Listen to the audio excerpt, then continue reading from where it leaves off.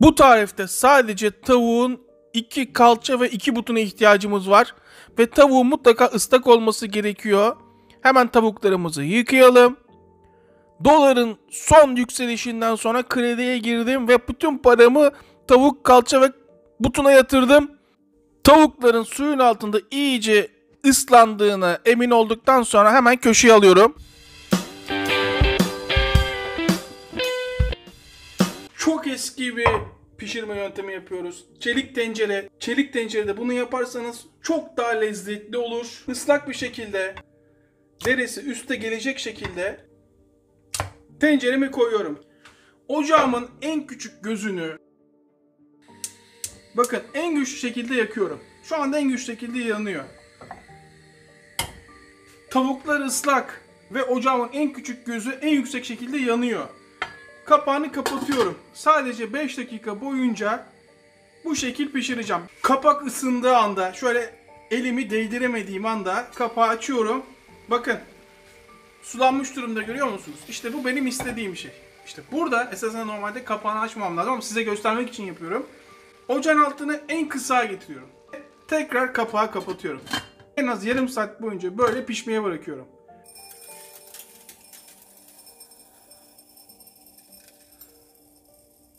Şöyle bir hemen alalım. Harika. Sıcak su. Çok sıcak. Pirinçlere geçecek kadar sıcak su. Bir gün önceden suya yatırmak yok pirinçleri. 10 dakika oldu olmadı. Görüyor musunuz? Tavuk kendi suyunu bırakmaya başladı. Daha bırakacak, sonra çekecek. Bütün lezzeti tekrardan içine alacak. Ve artık en az yarım saat bırakıyorum. Bunun yanına cacık yakışır. Aydın Borsa'nın cacığını yapmıyorsan hiç o topa girmeyeceksin. Bir gün onun tarifini de yaparız. Müthiş bir adamdı. Tanışıklığım da var. Gerçekten müthiş bir adamdı. Onun cacık tarifini mutlaka yaparız bir gün ama bugün kuru cacık yapalım. Mutlaka süzme yoğurt lazım. Her zaman size meze yaparken, bu tür tarifler yaparken bazı markaları gösteriyorum. Bakın bu marka iyi. Ben de gidip habire o A101'lerden oradan buradan alışveriş yapmıyorum. Ama bu marka gerçekten iyi fiyat performans olarak. Şöyle ölçülü yapalım. Buradaki önemli nokta süzme yoğurtunuzun ekşi olmaması. Bazı süzme yoğurtlar ekşi oluyor biliyorsunuz. Bakın şöyle bir ölçülü yapıyorum ki siz görebilin diye. 2,5 su bardağı süzme yoğurt. 2,5 su bardağı ölçülerine 2 tane salatalık yeterli. Hemen salatalıkları bakın şimdi böyle parçalı olması gerekiyor.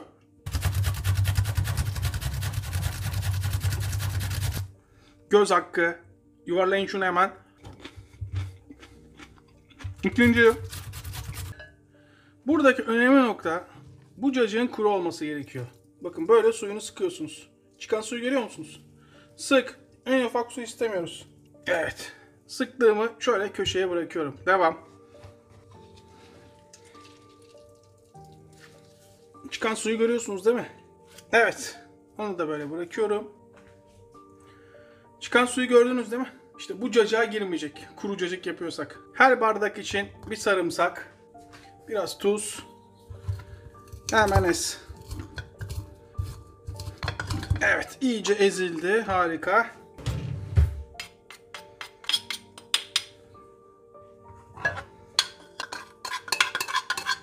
Çok az karabiber. Ya Koray, cacığa karabiber mi olur? Şöyle karartmayacak kadar. Tuz. Artık tuz miktarı size kalmış. Siz ne kadar isterseniz harika. Normalde buna sirke de koyuyorlar. Ama bizim damak tadımıza uygun değil. Her zaman söylüyorum.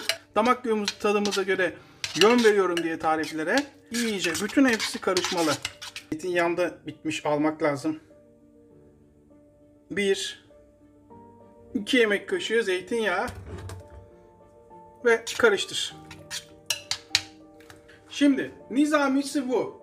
Türküz, hatta sapına kadar Türküz. O yüzden kendi damak tadımıza göre şöyle kuru nane, tamamen size kalmış ne kadar olacağı.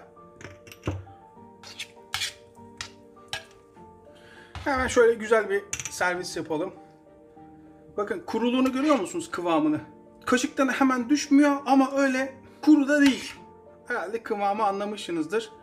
Hemen tabağımıza.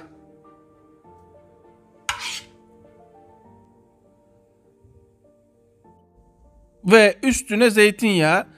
Ne kadar istiyorsanız, ben bol bol döküyorum. Evde varsa nane. Benim saksıda var, o yüzden kullanıyorum. Ve kırmızı pul biber.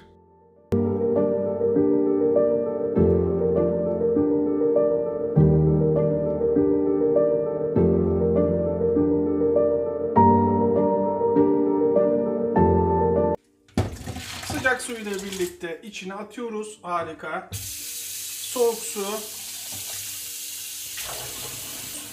Bakın suyun rengi açıldı. Açıldıktan sonra şöyle bir süzüyorum. Sadece fazlasını süzüyorum. Kupkuru olması gerekmiyor. Hemen ocağımızın başına. Kapağını açalım. Görüyorsunuz değil mi? 40 dakika sonraki görüntü bu. Bu yapışmış olacak tabii ki. Şöyle bir yapışan yerini.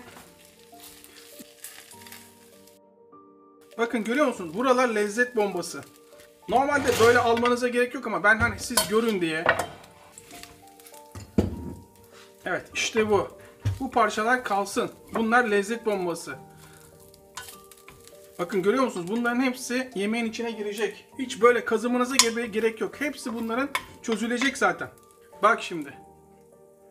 Sırf siz görün diye yapıyorum. Ben normalde oynamam. Çevirme bile gerek yok esasında ama hemen böyle çeviriyorsunuz.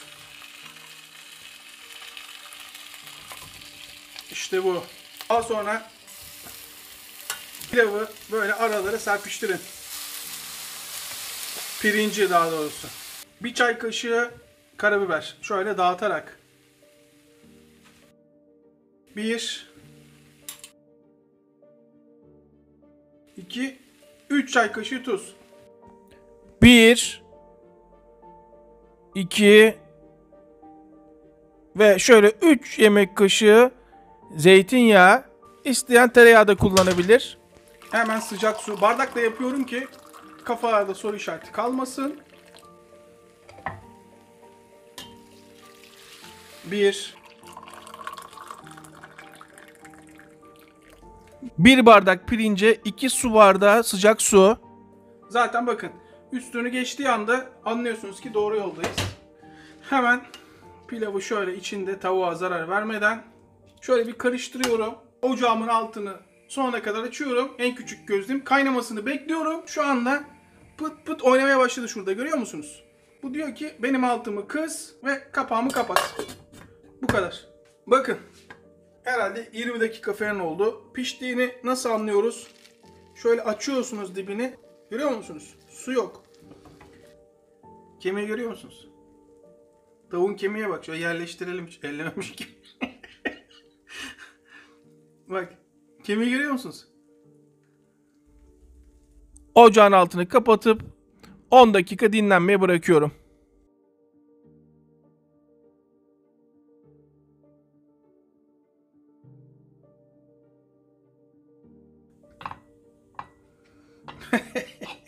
Nasıl oldu?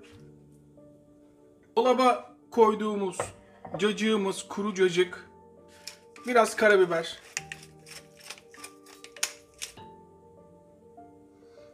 açın ağzınızı, her zamanki gibi ilk lokma sizin. Tavuk inanılmaz lezzetli. Bir de şuna bakalım. Dolaba koyduk buz gibi. Açın ağzınızı. Şunun da bir tadına bakın tabii ki. Çok iyi. Yalnız bunu mutlaka dolaba koyup soğutmayı unutmayın. Bir de unutmazsak Aydın Boysan'ın müthiş cacığını yaparız. İsteyen tavuk suyuyla da yapabilir. Tereyağı koyabilir. Daha da lezzetli olur.